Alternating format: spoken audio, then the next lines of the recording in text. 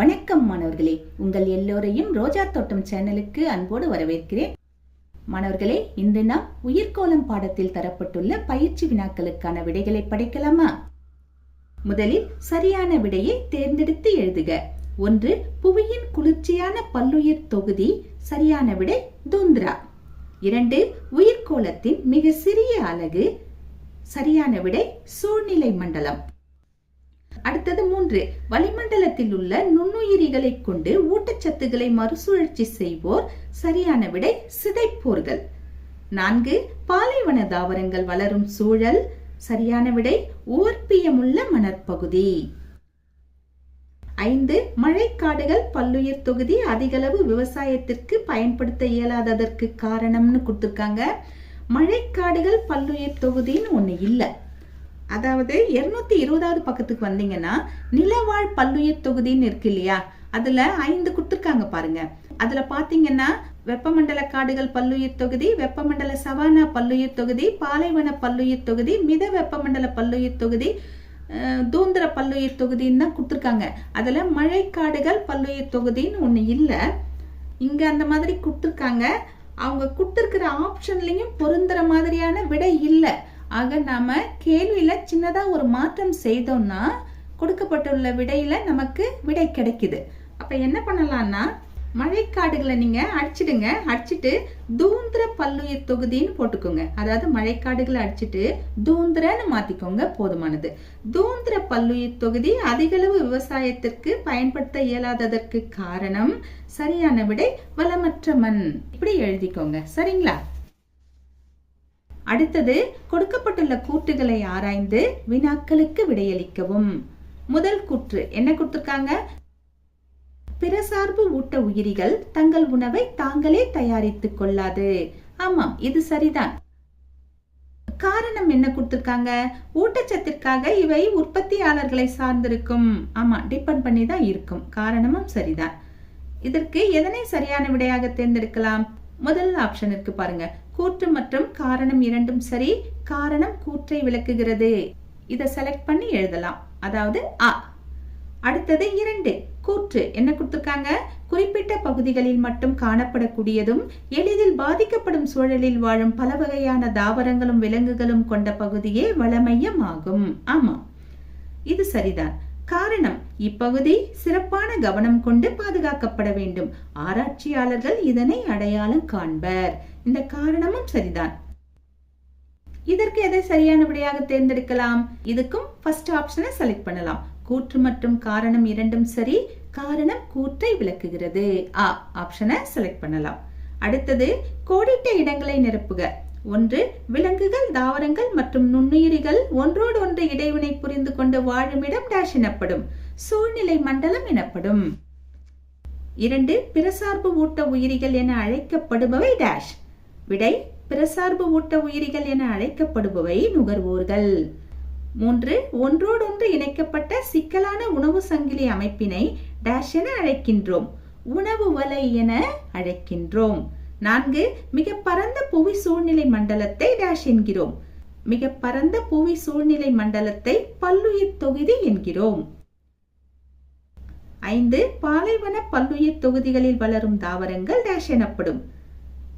விடை பாலைவன பல்லுயிர் தொகுதிகளில் வளரும் தாவரங்கள் பாலைவன தாவரங்கள் எனப்படும்.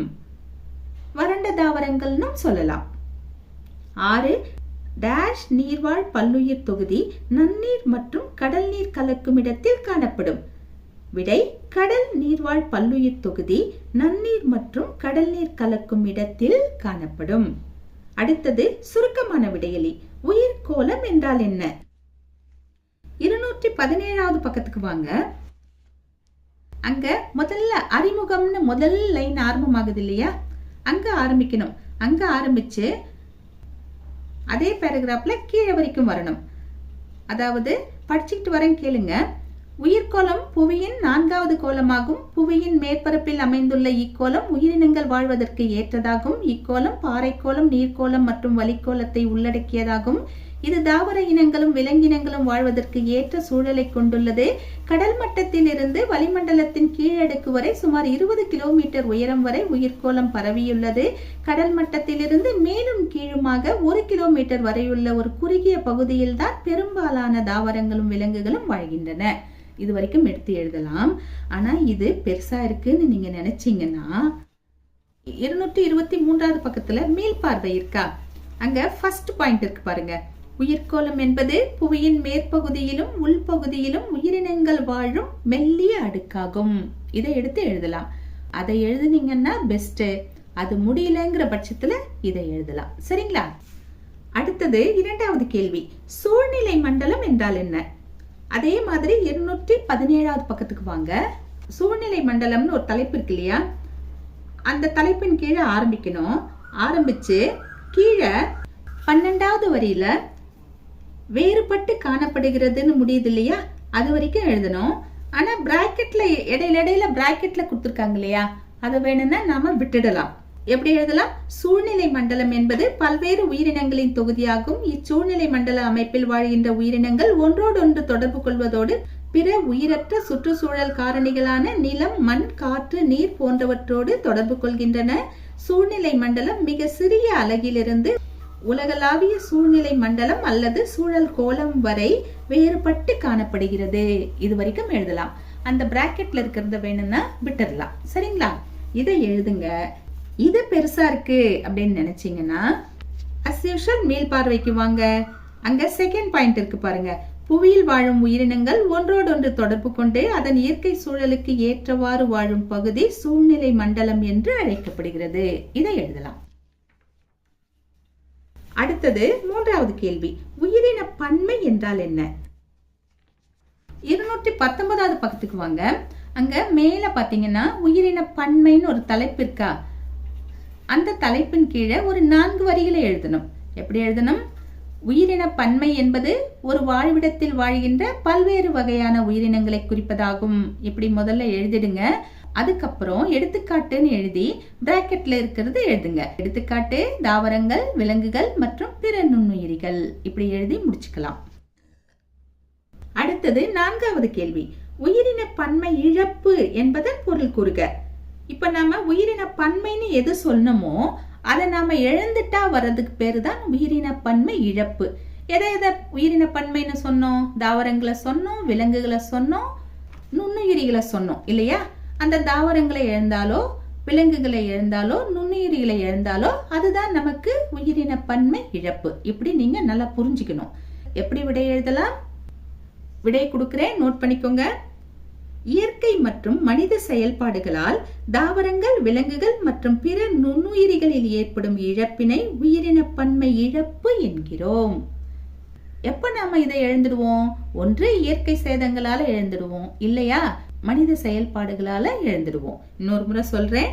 இயற்கை மற்றும் மனித செயல்பாடுகளால் தாவரங்கள், விலங்குகள் மற்றும் பிற நுண்ணுயிரிகளில் ஏற்படும் இழப்பினை உயிரின பன்மை இழப்பு என்கிறோம். அடுத்தது 5வது கேள்வி. பல்வேறு வகையான நிலவாழ் பல்லுயிர் தொகுதிகளை குறிப்பிடுக. 220வது பக்கத்துக்கு வாங்க. நிலவாழ் பல்லுயிர் தொகுதி நிற்கா மேல. அங்க கீழே பாத்தீங்கன்னா அ, ஆ, இ, ஈ, ஊ அப்படின்னு 5 வகையான பல்லுயிர் தொகுதிகள் கொடுத்திருக்காங்க. முக்கியமான 5 வகைகளை கொடுத்திருக்காங்க. அதுதான் இதற்கான விடை. என்னென்ன கொடுத்திருக்காங்க? வெப்பமண்டல காடுகள் பல்லுயிர் தொகுதி, வெப்பமண்டல சவானா பல்லுயிர் தொகுதி, பாலைவன பல்லுயிர் தொகுதி, மித வெப்பமண்டல புல்வெளி பல்லுயிர் தொகுதி, தூந்திர பல்லுயிர் தொகுதி. இது 5 தான் விடை. அடுத்தது காரணம் கூறுக. முதல் கேள்வி. உற்பத்தியாளர்கள் தற்சார்பு ஊட்ட உயிரிகள் என்று அழைக்கப்படுகின்றன. இதற்கு என்ன காரணம் அப்படின்னு கேக்குறாங்க. பேர்லயே இருக்கு. அது தனக்கு தேவையான உணவை தானே தயாரிச்சுக்குது. அதனாலதான் தற்சார்பு ஊட்ட உயிரிகள் அதை நாம அழைக்கிறோம். விடை எழுதுவோமா? சூழ்நிலை மண்டலத்தில் தமக்கு வேண்டிய உணவை தாமே உற்பத்தி செய்து கொள்ளக்கூடிய உயிரினங்களை உற்பத்தியாளர்கள் என்கிறோம். எடுத்துக்காட்டு தாவரங்கள், பாசி, பாக்டீரியா. இவை சூரிய ஒளி, கார்பன் டை ஆக்சைடு, நீர், பச்சையம் போன்றவைகளை பயன்படுத்தி ஒளிச்சேர்க்கை செய்து தமக்கு தேவையான உணவை தாமே தயாரித்துக் கொள்வதால் உற்பத்தியாளர்கள் தற்சார்பு ஊட்ட உயிரிகள் என்று அழைக்கப்படுகின்றன. அடுத்தது இரண்டாவது கேள்வி. உயிர்கோளம் ஒரு நிலையான சூழல் மண்டலத்தை கொண்டுள்ளது. இதற்கு என்ன காரணம்னு கேட்டிருக்காங்க. ஏன்னா உயிர்கோளத்துல உயிர் வாழ்வதற்கான அனைத்தும் உள்ளன. அதாவது நிலம் இருக்கு, நீர் இருக்கு, காற்று இருக்கு. இவையெல்லாம் ஒன்றோடொன்று இணைந்து உயிர்கள் வாழ்வதற்கான அனைத்து சூழ்நிலையும் தொடர்ந்து இருக்கு. ஆற்றல் மட்டம் தொடர்ந்து பரவிக்கிட்டு இருக்கு. இதுதான் காரணம். எப்படி விட எழுதலாம்? உயிர்கோளமானது பாறைக்கோளம், நீர்க்கோளம், வளிக்கோளம் போன்றவைகளை உள்ளடக்கியது. இதனால் தாவரங்களும் விலங்குகளும் வாழ்வதற்கு ஏற்ற சூழலை கொண்டுள்ளது. இந்த சூழ்நிலை மண்டலத்தில் வாழ்கின்ற உயிரினங்கள் ஒன்றோடொன்று தொடர்பு கொண்டு பிற உயிரற்ற காரணிகளோடும் தொடர்பு கொள்கின்றன. மிக சிறிய அலகிலிருந்து மிக பெரிய அலகு வரை உள்ள உயிரினங்கள் நிலையாக வாழ்வதற்கு ஏற்ற சூழலை உயிர்கோளம் கொண்டுள்ளது. அடுத்தது வேறுபடுத்துக. முதல் வேறுபடுத்துக. எதை வேறுபடுத்த சொல்லியிருக்காங்க? உற்பத்தியாளர், சிதைப்பவர். இதற்கான விடை 218வது பக்கத்துல இருக்கு. அதாவது 218வது பக்கத்துல இங்க கீழே பாத்தீங்கன்னா உற்பத்தியாளர் இருக்கு, அதே பக்கத்துல சிதைப்போர்கள்னு இருக்கு. இத ரெண்டையும் படிச்சுட்டு நீங்க எழுதலாம்.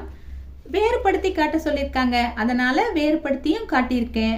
உங்களுக்கு எது விருப்பமோ அதை நீங்க செலக்ட் பண்ணிக்கோங்க. சரிங்களா? ஒரு பக்கத்துல உற்பத்தியாளர்னு எழுதிக்கலாம், இன்னொரு பக்கத்துல சிதைப்பவர்னு எழுதிக்கலாம். ஃபர்ஸ்ட் பாயிண்ட் எப்படி எழுதலாம்? தமக்கு வேண்டிய உணவை தாமே உற்பத்தி செய்து கொள்ளக்கூடிய உயிரினங்களை உற்பத்தியாளர்கள் என்கிறோம். இந்த பக்கம் வாங்க.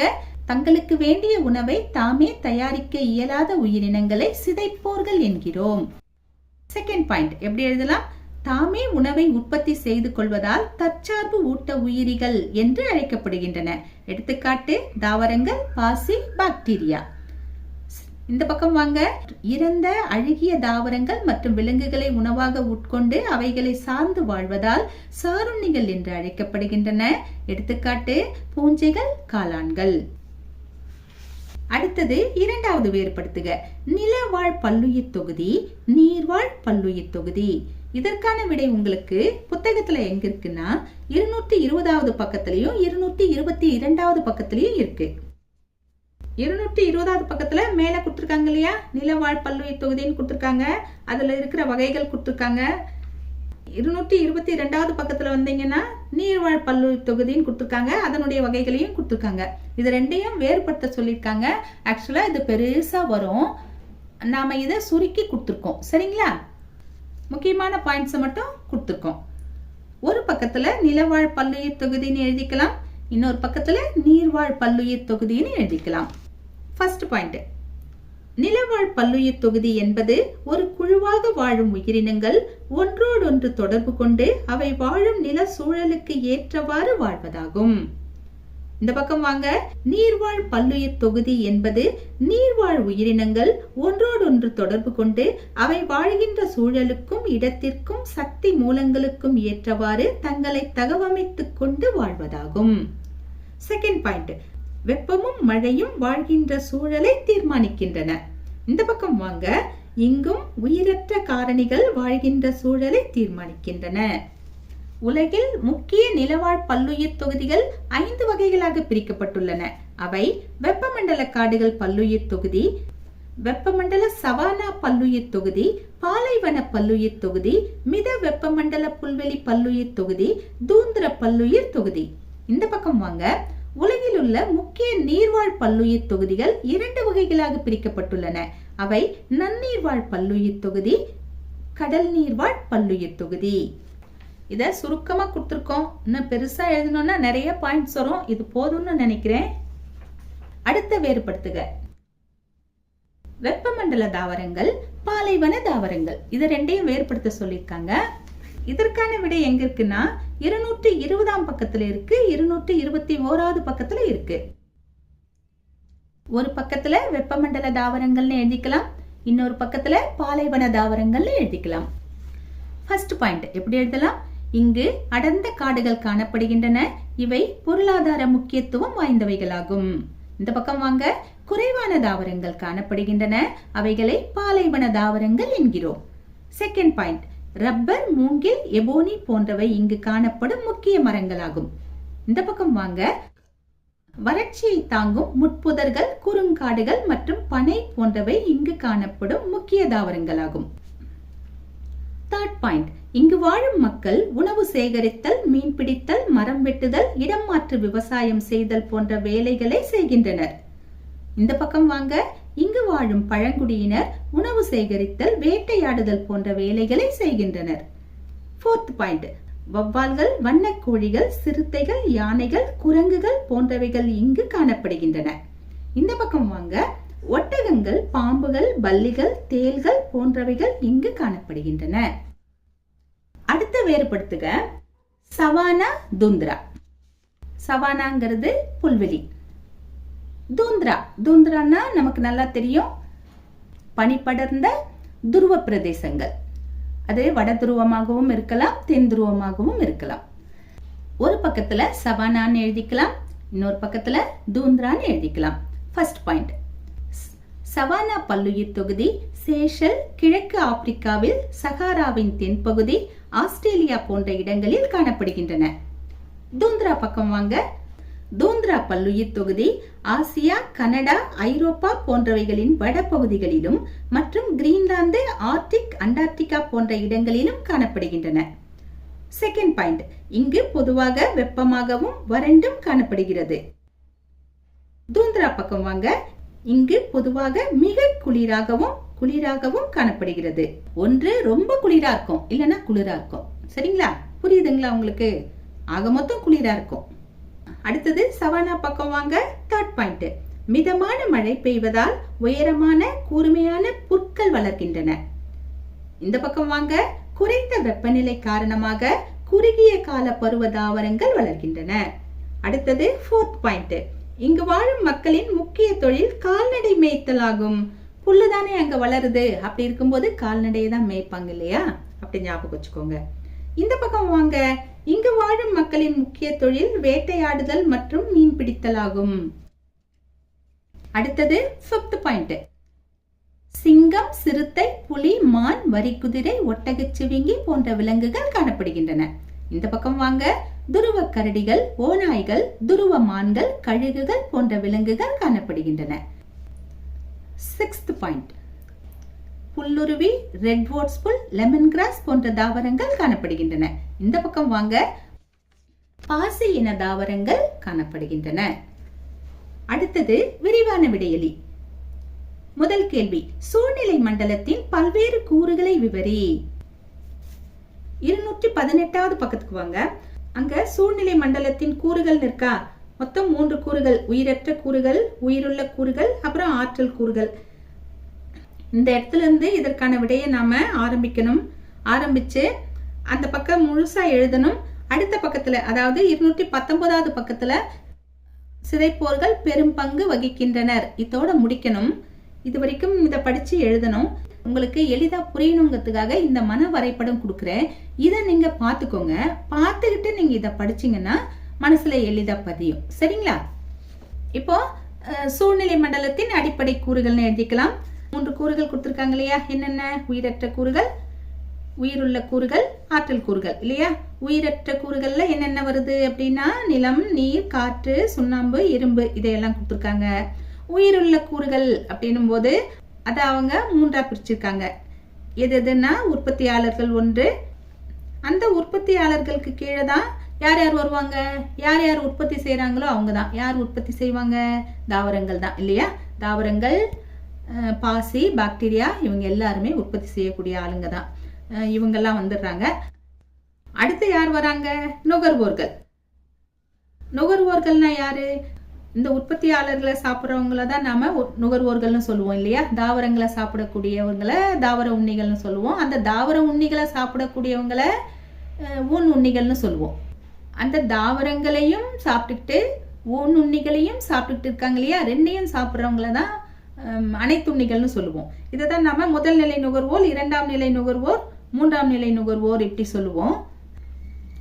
அதுக்கப்புறம் கடைசியில சிதைப்போர்கள். சிதைப்போர்கள்ல யார் யார் வருவாங்க? உயிரற்ற பொருட்களை சிதைச்சு தனக்கான உணவை எடுத்துக்குது இல்லையா? அவைகள் தான் சிதைப்போர்கள். இங்க எது வரும்? பூஞ்சைகள், காளான்கள் இதெல்லாம் வரும். இதை இப்படி ஞாபகம் வச்சுக்கோங்க உயிருள்ள கூறுகள்ல. அடுத்து வர அடிப்படை கூறு எது? ஆற்றல் கூறுகள். ஆற்றல் கூறுனாவே நமக்கு எது ஞாபகம் வரணும்?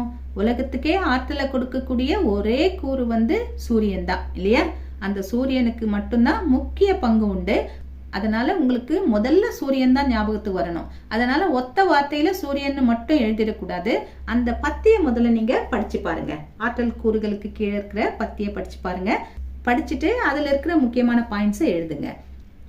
இந்த மன வரைபடத்தை பார்த்துக்கோங்க. அதுக்கப்புறம் நீங்க இந்த பேஜை படிச்சீங்கன்னா கொஞ்சம் எளிமையா இருக்க வாய்ப்பு. அடுத்தது இரண்டாவது கேள்வி, சூழ்நிலை மண்டலத்தின் செயல்பாடுகளை எழுதுக.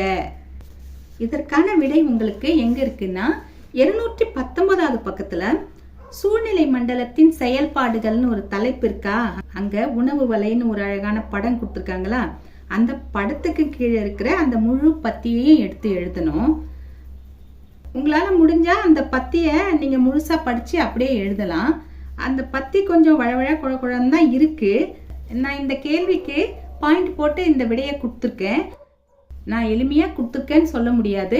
ஏன்னா அங்க என்ன கொடுத்துருக்காங்களோ அதை தான் நான் இங்க பாயிண்ட் பை பாயிண்டா கொடுத்துருக்கேன். உங்களுக்கு யூஸ் ஆச்சுன்னா பயன்படுத்திக்கோங்க. சரிங்களா? அனைத்து உயிரினங்களும் ஒன்றோடொன்று தொடர்பு கொண்டு ஆற்றல் மட்டம், உணவு சங்கிலி மற்றும் உணவு வலையினை உருவாக்குகின்றன. சூழ்நிலை மண்டலத்தின் செயல்பாடுகள் ஆற்றல் ஓட்டத்தின் அமைப்பை சார்ந்துள்ளன. இந்த ஆற்றல் ஓட்டம் கரிமமற்ற மற்றும் கரிம பொருட்களின் பரவலுக்கும் சுழற்சிக்கும் உதவி செய்கிறது. இந்த ஆற்றல் ஓட்டம் சூழ்நிலை மண்டலத்தின் பல்வேறு நிலைகளில் படிநிலை ஒழுங்குமுறையில் நடைபெறுகிறது. இதை ஆற்றல் மட்டம் என்கிறோம். உயிரினங்களில் ஒரு குழுவிலிருந்து மற்றொரு குழுவிற்கு ஆற்றல் மாற்றம் பல்வேறு ஆற்றல் மட்டத்தின் வழியாக தொடர்ச்சியாக நடைபெறுவதை உணவு சங்கிலி என்கிறோம். உணவு சங்கிலிகள் ஒன்றினை ஒன்று சார்ந்து பிணைக்கப்பட்ட அமைப்பினை உணவு வலை என்கிறோம். அடுத்தது மூன்றாவது கேள்வி, புவியில் உள்ள நீர்வாழ் பல்லுயிர் தொகுதியை விவரி. இதற்கான விடை எங்க இருக்குன்னா 222வது பக்கத்துல இருக்கு. இங்க நீர்வாழ் பல்லுயிர் தொகுதின்னு இருக்கா? அதுக்கு கீழே 2 வகையா பிரிக்கிறாங்க. நன்னீர்வாழ் பல்லுயிர் தொகுதி, கடல் நீர்வாழ் பல்லுயிர் தொகுதி. இதை இரண்டையுமே எழுதியாகணும். அதாவது நீர்வாழ் பல்லுயிர் தொகுதிங்கிற டைட்டில் கிட்ட ஆரம்பிக்கணும். அதே பக்கத்துல கடல் மட்டம் உயிர்தல் ஆகும் இது வரைக்கும் எழுதணும். உங்களுக்கு மன வரைபடம் மாதிரி தேவைப்பட்டுச்சுன்னா இதை உபயோகப்படுத்திக்கோங்க. உங்களுக்கு குழப்பற மாதிரி இருந்ததுன்னா இதை நீங்க ஸ்கிப் பண்ணிட்டு போயிடுங்க. நீர்வாழ் பல்லுயிர் தொகுதின்னு எழுதிக்கலாம். இது 2ஆ பிரியுது. ஒரு பக்கம் நன்னீர்வாழ் பல்லுயிர் தொகுதி, இன்னொரு பக்கம் கடல் நீர்வாழ் பல்லுயிர் தொகுதி. நல்லா புரிஞ்சுக்குங்க மாணவர்களே. ஒரு ஹிண்ட்ஸ் மாதிரி தான் இதை நான் கொடுத்துருக்கேன். இது வேறுபாடு கிடையாது. சரியா? நீங்க இத ஒன்றின் கீழ் ஒன்றாக கூட எழுதிக்கலாம். முதல்ல நன்னீர்வாழ் பல்லுயிர் தொகுதியை எழுதிக்கலாம். அதுக்கப்புறம் அதை முடிச்சிட்டு கடல் நீர்வாழ் பல்லுயிர் தொகுதியை எழுதிக்கலாம். சரிங்களா? நன்னீர்வாழ் பல்லுயிர் தொகுதியில என்னென்ன பாயிண்ட்ஸ் எல்லாம் வரும்னா ஏரிகள், குளங்கள், ஆறுகள், ஓடைகள், சதுப்பு நிலங்கள் இதெல்லாம் வரும். அதுக்கப்புறம் நீரின் கொள்ளளவு, நீரோட்டம், ஆக்சிஜன் அளவு, வெப்பநிலை போன்றவைகளின் தாக்கம் அதிகம். இந்த பாயிண்ட் வரும். குடிநீர், தொழிற்சாலைகளுக்கு தேவையான நீர், விவசாயத்திற்கு தேவையான நீரை தருகிறது. இந்த பாயிண்ட் வரும். அள்ளி, தாமரை, பாசியின தாவரங்கள் வளர்க்கின்றன. இதை எழுதலாம். கடைசியா ஆமை, முதலை, மீன் இனங்கள் காணப்படுகின்றன. இதை எழுதலாம். இதெல்லாம் நன்னீர்வாழ் பல்லுயிர் தொகுதியில வரும். இந்த பக்கம் கடல் நீர்வாழ் பல்லுயிர் தொகுதியில எந்தெந்த பாயிண்ட்ஸ் எல்லாம் வரும்னா புவியில் காணப்படும் மிகப்பெரிய நீர்வாழ் பல்லுயிர் தொகுதியாகும். எது? கடல் நீர்வாழ் பல்லுயிர் தொகுதி தான். கடல் தான் அதிகம் இல்லையா புவியில? அதை தான் இந்த பாயிண்ட் குறிக்குது. அப்புறம் கடல்வாழ் விலங்குகள் தாவரங்களுக்கு வாழ்விடமாக உள்ளது. பவளப்பாறைகளுக்கும் வாழ்விடமாக உள்ளது. நன்னீர் மற்றும் கடல் நீர் கலந்த சூழலில் வாழும் நீர்வாழ் பல்லுயிர்களுக்கும் வாழ்விடமாக உள்ளது. நீர்நிலைகள் கடல்வாழ் உயிரினங்கள் மிக வேகமான இடமாற்றத்திற்கு உதவுகின்றன. மேலும் கடற்பூண்டு, கடற்பாசி, மிதக்கும் தாவரங்கள் காணப்படுகின்றன. மனிதர்கள் நீர் உணவு பொழுதுபோக்கிற்காக இதனை பயன்படுத்துகிறார்கள். மீன்பிடித்தல், சுற்றுச்சூழல் மாசுபாடு, கடல் மட்டம் உயர்தல் போன்ற பிரச்சனைகளை கடல் நீர்வாழ் பல்லுயிர் தொகுதி சந்தித்து வருகிறது. இந்த பாயிண்ட்ஸ் எல்லாம் இதுல வரும். நீங்க புத்தகத்தை பயன்படுத்தி படிச்சாலும் படிச்சுக்கலாம், இல்லைன்னா ஒரு ஐடியாக்காக இதை யூஸ் பண்ணாலும் பண்ணிக்கலாம். அடுத்தது கீழ்கண்டவற்றின் தினங்களை கண்டுபிடின்னு கொடுத்துருக்காங்க. உலக வனவிலங்குகள் தினம் என்னைக்குன்னா மார்ச் 3. பன்னாட்டு காடுகள் தினம் மார்ச் 21. உலக நீர் தினம் மார்ச் 22. புவி தினம் ஏப்ரல் 22. உலக சுற்றுச்சூழல் தினம் ஜூன் 5, உலக பேராழியல் தினம் ஜூன் 8. அடுத்தது படத்தை பார்த்து விடையளி. ஆர்டிக் தூந்திர வலை பற்றி உனது சொந்த கருத்தை வரையறு. இங்க ஒரு படம் கொடுத்திருக்காங்க, ஆர்டிக் தூந்திர வலைன்னு. அந்த படத்தை பார்த்து நமக்கு என்ன தோணுதோ அதை நாம எழுதணும். எழுதுவோமா? சூரியன் ஒரு ஆற்றல் மூலம். சூரியனிடமிருந்து லிச்சன் பாறை செடி, புல்வெளி, ஆர்டிக் காட்டுமலர் போன்றவை ஆற்றலை பெறுகின்றன.